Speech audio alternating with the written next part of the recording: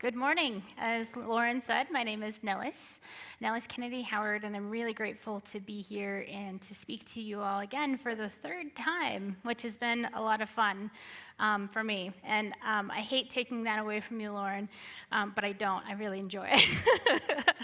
So as much as I hate that, I really do enjoy it. Thank you all for being here and for being engaged today and for being a part of today's service. So I want us all to think about a time. Have you ever had one of those moments where you met someone and within the first 5 to 10 minutes of meeting someone, you knew the two of you were going to be the best of friends? Where there was just something about the two of you coming together, the way that you connected, the way that you touched one another, the way that you were able to engage with one another, that you knew you were just going to be really fast friends and you were going to have a great time together. Maybe that person dressed like you, or maybe they talked like you or had the same sense of humor.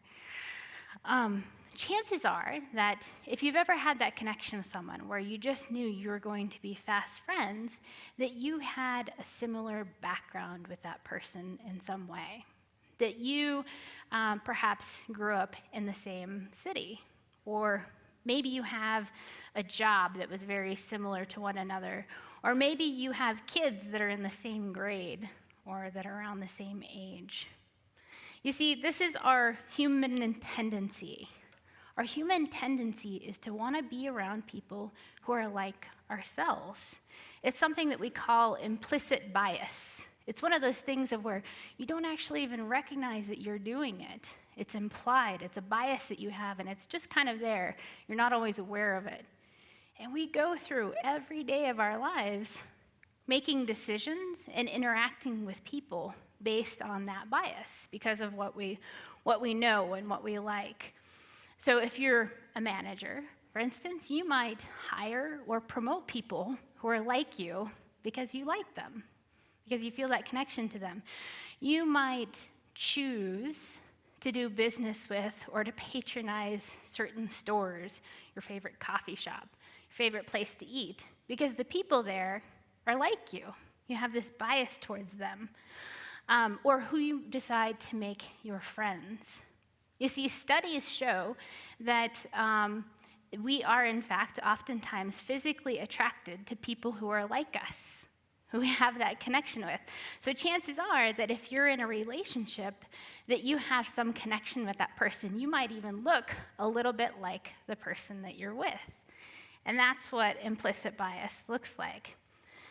On the other end of this, let me share this. It's also one of the reasons why political candidates try to identify with you, right? Why politicians say, oh, I'm from this place.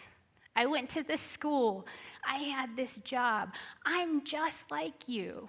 Because they know that if you can see them as someone who's like you, that you'll like them better and that you might be more inclined to vote for them. That's what implicit bias does. On the other end of the spectrum is what we call othering. And I don't know if folks here are familiar with the concept of othering. This is actually a comic that's meant to give a comical take on what othering looks like. You see here there's two, I'm going to call them dogs, because I'm not entirely sure what they are. There are two dogs. There's a dog with ears that go straight up, and there's a dog with ears that go straight down. And the dog with the ears going straight down says, "Stop othering me." And the dog with the ears straight up says, "What's othering?" And the other dog says, "Your kind could never understand." This is a comical take on what othering is. Othering is seeing people who might be different from ourselves and treating them as other, as less than. This is kind of a funny take on othering. But the reality is that othering is oftentimes dangerous. It's not fun. Sometimes it can be bullying. Sometimes it can be life-threatening. Seeing people in a way as you're not like me means that you treat them as less than human, less than worthy of kindness, compassion, or dignity.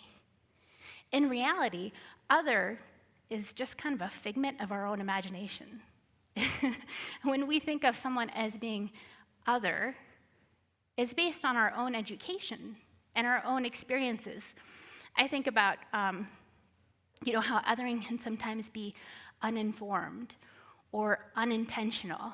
I think about a time when I was a young girl and I was growing up, and I went to church with my family, and my mom and I and this woman from our church were having a conversation.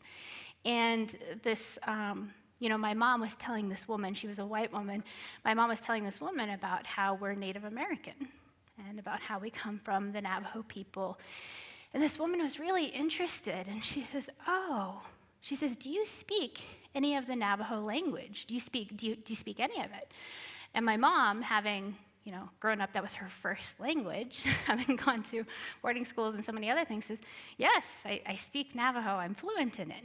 And the woman looked at my mom, this white woman looked at my mom, and she says, that's so great. I think everyone should learn a foreign language. It's funny, right? It's really funny. My mom, not missing a beat, said, I do too. I learned English. You can see where I get it from. It's funny. The irony of this woman telling my mom how great it is that she speaks Navajo, a Native American language, and calling it a foreign language, and how great that was. It was unintentional, and it was somewhat uninformed. Intentional othering also happens. Intentional othering is oftentimes far more dangerous. It's when you other someone based out of hate or dislike because they're different from you. Up here we have a few different examples of what modern day othering looks like today. On the bottom right, we have here a picture of a soldier with a transgender flag behind them. You see, transgender people serve in the military, and they have been people who have been willing to risk their lives and put it all on the line. And society today is saying, nope, we don't want you to do that anymore because you're different. You're not like us, the other transgender people. On the top right up here, we have a photo of a migrant detention center that was taken earlier this year in El Paso, Texas. Migrant detention centers are places where people are being gathered together and put in spaces and treated inhumanely, stripping them of their dignity and their humanity. Today's politicians are actually referring to these migrant detention centers and the status that they're in as modern-day concentration camps because they're so terrible, othering people who are not, quote-unquote, like us. And then on the left, you have 4 congresswomen. You all might have been hearing about some of this in the news this week. 4 U.S. congresswomen who have heard the people who are chanting at them, go back home, send her home, because they're women of color. Despite being American citizens, 4 congresswomen who have received threats on their lives because they're seen as other. Other can be dangerous. When we start to other people, we dehumanize them. And when we dehumanize people, it's so much easier for us to treat them poorly. It's easier for us to take kids away from their parents and put them in cages when you don't see them as people. The story that I'm going to share with you today is actually a story about how to overcome otherness and about Jesus' explicit call for us to do just that, to overcome otherness. So if you have your Bibles with you, go to Luke chapter 10. I tend to be a person who likes to have the hard copy available, so I have it here with me today. But if you don't have it with you, don't worry, you'll be able to follow along. I hope I'm a good enough storyteller to keep you up to speed on what's happening. So there is a lawyer. And he encounters Jesus, and he goes up to Jesus. And my ears perk up the second I hear this because I'm a lawyer. And I'm like, oh, I want to know how lawyers are portrayed in the Bible. Like, what did we do? So my ears kind of perk up. It's not real clear what the lawyer's intentions are, but we do know that this lawyer is grilling Jesus. He's asking Jesus some really hard questions. And this lawyer goes to Jesus and he says, Jesus, what must I do to inherit eternal life? What must I do to go to heaven? And Jesus, quite simply, says, well, we have two greatest commandments. The two greatest commandments are love the Lord your God with all your heart, soul, and mind. Love your neighbor as yourself. Pretty simple. And the lawyer looks at Jesus and he goes, so who exactly is my neighbor? Very legalistic question. If that's the threshold for me to get into heaven is to love my neighbor, who exactly is my neighbor? Just exactly who do I have to love? And Jesus decides, I'm not going to answer you directly. I'm going to tell you a story, because that's what Jesus does. He tells the lawyer a story. So if you can, go to Luke 10, chapter 10, verse 30 through 35. So in reply, Jesus said, a man was going down from Jerusalem to Jericho when he fell into the hands of robbers. They stripped him of his clothes. They beat him, and they went away, leaving him half dead. A priest happened to be going down the same road, and when he saw the man, he passed by on the other side. So too a Levite, when he came to the place and saw him, passed by on the other side. But a Samaritan, as he traveled, came where the man was, and when he saw him, he took pity on him. He went to him and bandaged his wounds, pouring on oil and wine, and then he put the man on his own donkey, took him to an inn, and took him to take care of him. The next day he took out 2 silver coins and he gave them to the innkeeper. Look after him, he said, and when I return, I will reimburse you for any extra expense you may have. So this road between Jerusalem to Jericho, this is actually a photo of that road, the Good Samaritan path, as it's known. It's actually a very treacherous path. These are a couple of photos that I took when I was able to go to Israel a couple of years ago.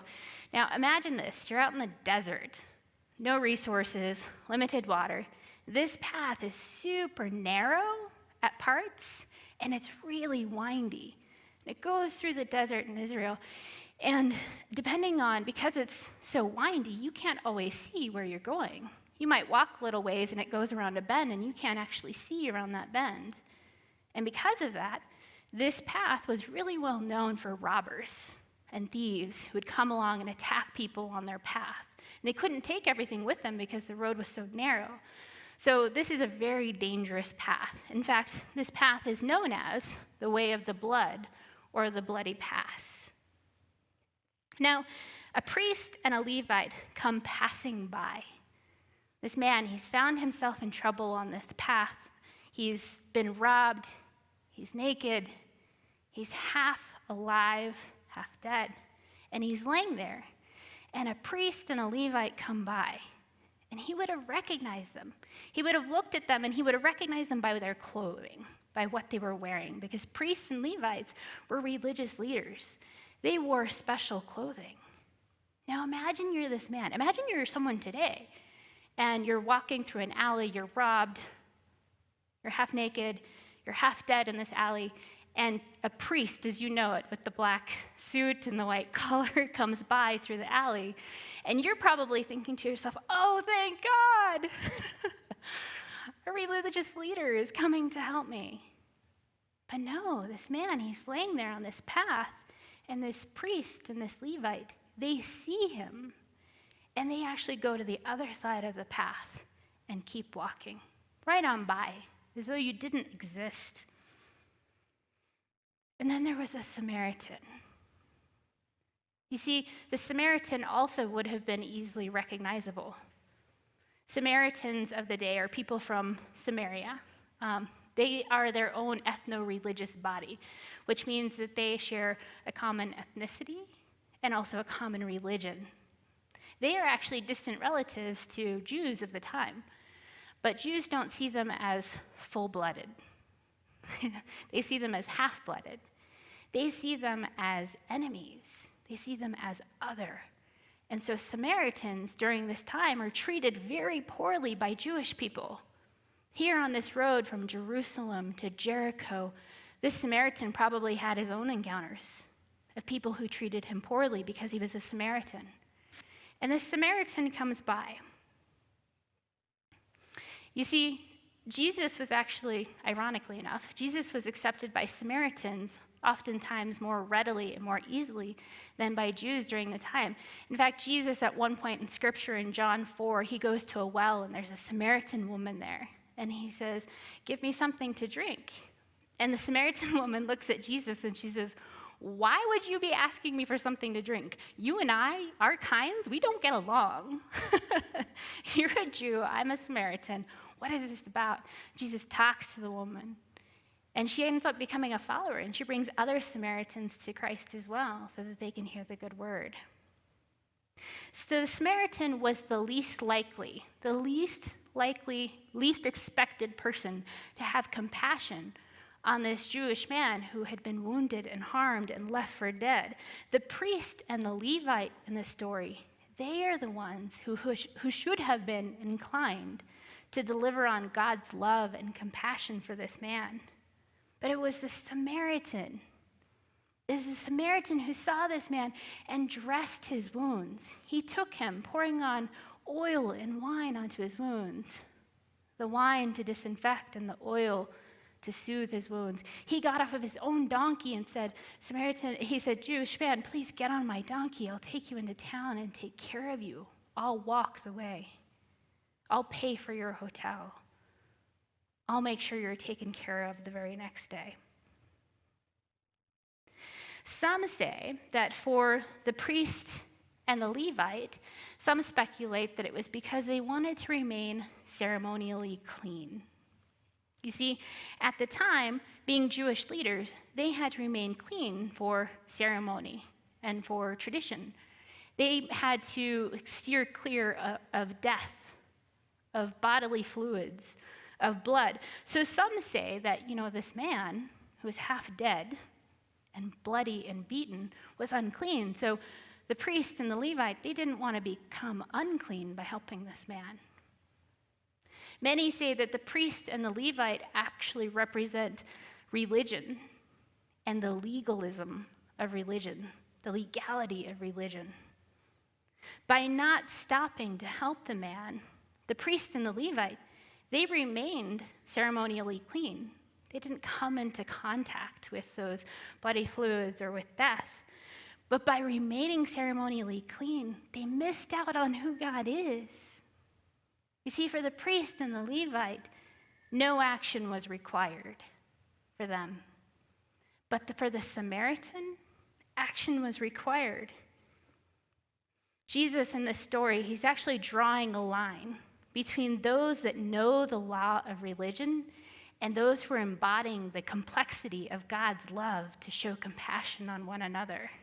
It's not about legalism. It's not about how closely are we following the law, but it's about having a faith that requires us to act even when we're being treated as the other. You see, God is all about dismantling oppressive systems. People don't think about it that way, and it kind of makes some people uncomfortable to think about it that way. But it's true. That's why Jesus came to earth. And when I say oppressive systems, what do I mean? Jesus didn't come to keep and maintain the status quo. He didn't say, "I'm coming so that I can keep everything business as usual, everything stays the same." No, Jesus came to interrupt. Jesus came to shake things up a little bit. Think about this in capitalism or business of the day. The almighty dollar, people selling in the courtyards of the temple, Jesus going in and flipping over their table saying, "What are you doing? You're desecrating the house of God." Or Jesus talking about how the love of money is the root of all evil. Jesus also embraced the societal outcasts of the day, people like adulterers and tax collectors. Those were the people he hung out with. Or things like telling this story that lifted up a Samaritan as the hero of the story, as the one who's showing compassion and demonstrating God's love. After finishing the story, Jesus looks to the lawyer and he says, "Who of these three men in this story do you think was the neighbor to the one who was wounded?" And the lawyer, he says, "The one who had mercy on him." And you might be thinking to yourself, that's right. The one who had mercy on him, the Samaritan. The Samaritan was the one who had mercy on him. But there's actually more here. You see, the lawyer, by saying the one who had mercy on him, he's not wanting to lower himself to say it was the Samaritan. He was the hero of this story. He is the one who did the good thing. He is the one that embraced compassion and love. So instead of saying it was a Samaritan, he treats the Samaritan as an individual, as a one-time person.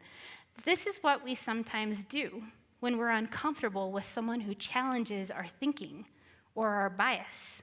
We single them out. We think of them as one person who's not like the rest of them. We think of them as an anomaly, as somebody who's different. My wife and I had a fun opportunity. Last couple of weeks, we've been on a camping trip. And we went on a camping trip, and for the 4th of July, we went through many tribal reservations and some national parks along the way. And we stopped at the Battle of Little Bighorn on the Crow Reservation. And that's actually how we spent our 4th of July. It was really kind of fun. We went to the Battle of Little Bighorn and learned about how Native American people were oppressed and how violently they were treated by the federal government during the day and how they came together and fought back at the Battle of Little Bighorn. It was a really cool way to spend your 4th of July, to give you some perspective of thinking about what is this country about. And we got done with our day and we were pretty exhausted, and we're not the greatest of planners. We made our camping reservations very late on the 4th of July, meaning we took up the last camping reservation at the only campground within 100 miles of Battle of Little Bighorn. And it was, 5-10 minutes off the Crow Reservation. And we're exhausted, we pull up. My wife, she stays in the car, and I run in to go check us into this campground. And I go in, and the woman there is talking to me. And she's clearly also the owner of the campground. And she says, "Oh, what did you do today?" And I told her, and she says, "Oh, those Native Americans, they're just awful. They're just so terrible. They're so irresponsible with their money. Can you believe how irresponsible they are with their money? They're so lazy. I don't get it. I don't understand them. These Native Americans, I just don't get it." And I'm like, this is a 4th of July celebration. And I'm listening to her, and I'm praying while I'm listening to her, like, just let her stop speaking before you say anything. Just let her stop speaking. And she's bashing Native Americans, and she finally stops. And I say, "I'm Native American." That's all I say. And she says, "Oh, what tribe are you?" I said, "Navajo." And she says, "Oh, you're different from the Native Americans around here. You're nothing like them. You see, the Native Americans around here, they're irresponsible, and they're lazy, and they're this and that. Navajos, you all are different. You all are very different." And I let her talk some more until she stopped. And then I said, "I understand that you think it gives me assurance, that you think that I'm different from my kind. It doesn't give me any assurance. What you're saying doesn't sit well with me. I don't appreciate the stereotypes that you're casting." Just plain tone. As plain as I could possibly be. But that's what we do. When someone challenges our thinking, we try to think of them as isolated. You're different. It wasn't the Samaritan who was the hero. It was the one who had mercy on the story. This also shows up for us when we don't like injustices, especially if we We hear about these injustices a lot. We try to explain them away, saying that they're just a one-time incident, a one-time occurrence, that there's no real connection between all of these things. It was just one missing or murdered Indigenous woman. It was just one woman who was sexually assaulted. It was one young Black man whose life was wrongfully taken. It was one child who experienced harm in the church. We tell ourselves, when in reality, these things happen because political, social, and legal systems are created to allow for these things to continuously happen. They're not one-time incidents. These things are connected. These injustices are connected. They're not one-time instances. The missing and murdered Indigenous woman is an epidemic. The number of women harmed in the Me Too movement is an epidemic. The growing need for the movement for Black Lives Matter, it's all connected. The number of children harmed by the church. And these systems exist because we allow ourselves to believe the lie that it's a one-time event, that they're isolated. For the lawyer, he couldn't imagine himself saying, it was the Samaritan in this story who is the hero. He is the one who is the neighbor. He is the one that showed God's love. Because for the lawyer, he was trapped in his own mind. He had been socialized to think that Samaritans were other. He couldn't bear to say the Samaritan was the good neighbor in this story. And that's the harm, and that's the damage that othering causes. In the end, Jesus tells the lawyer, go and do likewise. Be like the Samaritan. Love others. Show compassion on one another, despite their race, despite their ethnicity, despite their religion. Be compassionate to one another. And if you find someone who's in need, give. Don't just give, but give generously like the Samaritan did in the story. Here's my donkey. Here's a hotel. I'm taking care of all of it. God rejects inaction. When I say that again, God rejects inaction. In Matthew 25, Jesus is talking about the day of judgment. And he's telling people, on the day of judgment, God is going to look at all the people, and he's going to say, whichever one of you saw those who were hungry and thirsty and cold and gave them something to eat, to drink, and something to wear, you did that for me. And for all of you people who didn't, who saw those people who were hungry and thirsty and cold but didn't do anything, you didn't do that for me. God rejects inaction. In Hebrews chapter 13, verse 2, Apostle Paul, he actually says, show hospitality and kindness to those that you do not know, because in doing so, some have entertained angels. These angels live among us. I think about that every time I empty my pockets of coin change for the woman on the street corner who's asking for it. She might be an angel. My call to all of us this week is to ask ourselves some questions. In a world that others people because of our differences, what action does our faith require of us? What must we do to be like the Samaritan who overcame the otherness? What must we do to live out Christ's calling that we interrupt the status quo? Let's bow your heads in prayer. Lord, awesome, great God, God of creating every living being, every creature on this planet, for the diversity of the animals that you created, from the giraffe to the ant to the elephant to people. We're created in your image. Help us to bring people together. Help us to reject inaction,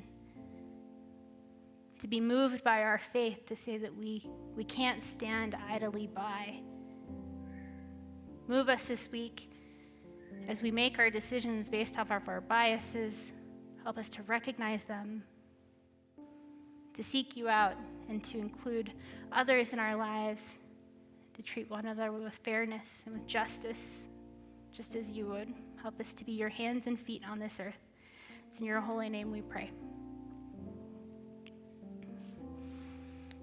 One of the most beautiful things that people can do together is to eat together. I love eating with people.